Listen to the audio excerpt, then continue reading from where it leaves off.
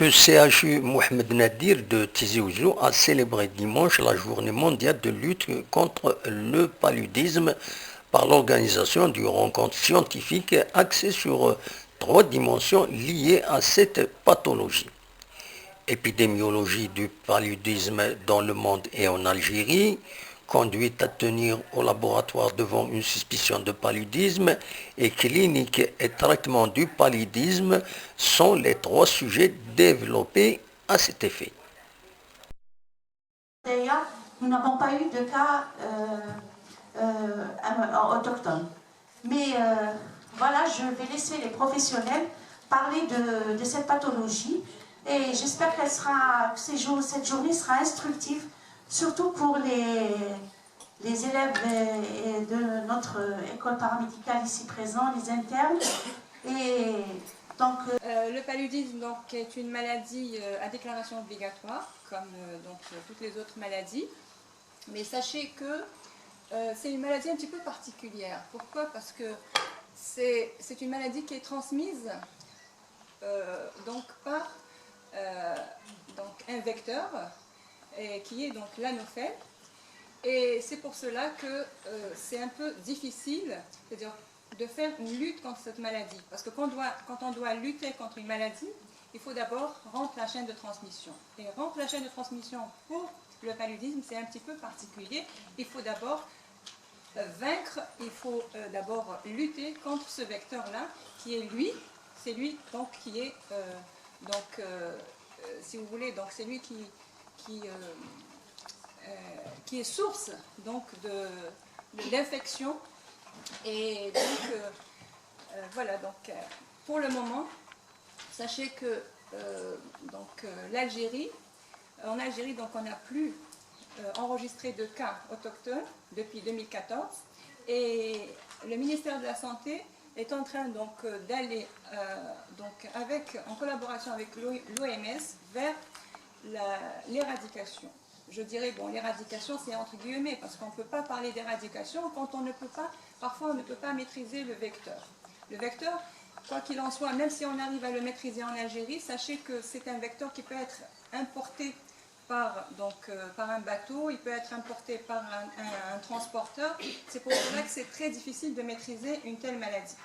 Mais nous sommes en train d'aller vers la certification. Et donc le ministère de la Santé a déjà obtenu, il n'a pas encore obtenu la certification, mais il est en train de l'obtenir. Et beaucoup, si vous voulez, beaucoup de travaux ont été réalisés, notamment ces derniers mois, dans le but d'aller vers la certification, c'est-à-dire maîtriser complètement la transmission de cette maladie. Mais on ne peut pas parler d'éradication pour une maladie pour laquelle il y a plusieurs facteurs qui interviennent, comme le paludisme. Voilà, donc c'est tout ce que j'ai à vous dire. Je souhaite donc une bonne journée, de bons travaux pour la journée et je passe la parole à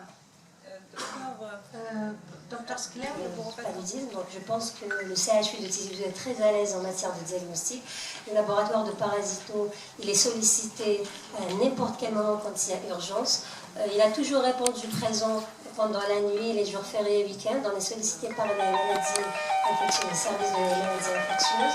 Il faut savoir aussi que le diagnostic du paludisme ne nécessite pas des équipements très coûteux, des réactifs coûteux, donc c'est une simple coloration, il faut juste être spécialiste, donc il faut être spécialiste et compétent. Donc nous allons traiter au cours de cette demi-journée le paludisme sur tous les plans, traitement, diagnostic, traitement et clinique.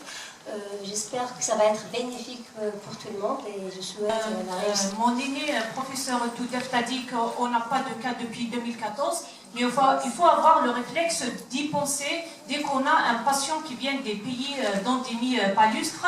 Il faut savoir la gravité de ce tableau. Donc si on passe à côté, c'est bien qu'il y a des tableaux bénins, mais il y a aussi le tableau très grave, mortel, avec un très grand pourcentage de mortalité. Donc aussi, il faut avoir le réflexe de sensibiliser les gens qui partent dans ces pays d'endémie. Donc c'est surtout bien que le traitement curatif est très très important, mais tant qu'on n'a pas de cas, donc il faut surtout penser au traitement préventif, à la chimioprophylaxie, dès qu'il y a un voyage dans ces pays d'endémie. C'est vrai qu'on est très à l'aise avec le service de parasito, on les sollicite à n'importe quel moment, donc ils sont là, l'examen est simple, donc c'est pour confirmer ou infirmer le paludisme, mais avant tout, je pense qu'il faut y penser déjà dès qu'on a un sujet qui vient de ces pays, mais aussi l'un de nos citoyens qui part, donc il faut avoir le réflexe d'interroger dans ce sens de voyage dans des pays d'endémie. Donc, professeur Toudef, docteur Abdou, honorable assistante, bonjour. C'est toujours avec un plaisir de vous recevoir ici, au sein de cet auditorium, et sous l'égide de Monsieur le Directeur Général, qui y est toujours prêt à accompagner toute manifestation scientifique, qu'elle soit du CHU et même en dehors du CHU. Donc ça, c'est déjà un message de Monsieur le Directeur Général qui est là à accompagner toute manifestation scientifique, je le répète, qu'elle soit du CHU ou en dehors. Bien que ces derniers temps, le CHU est sous le microscope. Certaines personnes mal intentionnées essayent de détruire l'image de notre CHU et ça, nous ne l'accepterons jamais. Il y a des personnes qui sont mal intentionnées, qui utilisent les réseaux sociaux pour porter atteinte à notre CHU. Je le dis, notre CHU se porte très bien. La preuve en est, nous recevons des malades de toute l'Algérie. Nous sommes victimes de notre compétence parce qu'ils savent pertinemment que les compétences existent au niveau du CHU de Tizi Ouzou. Il y a certains services, comme, je ne sais pas, je vais citer le service de chirurgie thoracique, ils viennent de l'intérieur du pays, ils viennent de toute l'Algérie. Il y a d'autres services, la neurologie, les maladies infectieuses, viennent de différents horizons de l'Algérie, et ça fait notre fierté. Donc je vous demande d'être vigilants quant à l'utilisation ou à gober toute information dans les réseaux sociaux. Je ferme la parenthèse, donc je reviens à cette journée de lutte contre le paludisme. Donc moi, en tant que chirurgien, je ne peux pas apporter des informations que vont nous prodiguer les spécialistes en la matière. Moi, j'ai gardé quelques petites notions, comme le phlebotomes, j'aime bien dire le phlebotomes, en offert. Voilà, donc ici, bon, vous avez Dr Abdoul pour la clinique. Le traitement, c'est après. Il faut d'abord faire le diagnostic avec Dr Skrewi. Et on revient vers le traitement aux maladies infectieuses. Et enfin, si, comme c'est une maladie de déclaration obligatoire, on est obligé et tenu de passer par le professeur Toudeft qui va certainement nous donner les statistiques. Heureusement qu'en Algérie, on n'a pas de paludisme autochtone, mais il faut toujours, comme elle a dit, toujours y penser et favoriser le traitement préventif. Inch'Allah, la JSK va reprendre sa conquête africaine, donc on aura des supporters qui vont partir en Afrique, il faut penser à ces gens-là et les vacciner, enfin leur donner le traitement préventif pour éviter l'apparition de cette pathologie. Donc au nom de M. le Directeur Général, je vous souhaite bons travaux et bonjour.